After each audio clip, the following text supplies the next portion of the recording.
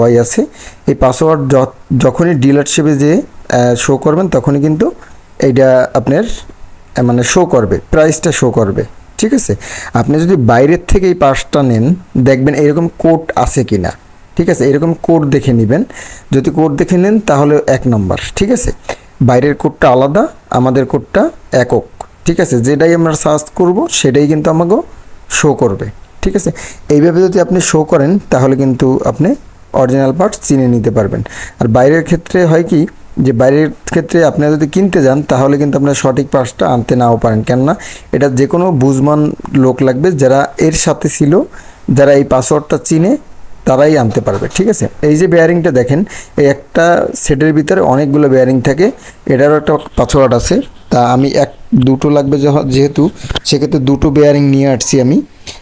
এই দুটোর কোনো কোড নেই, এটা একক কোড, মানে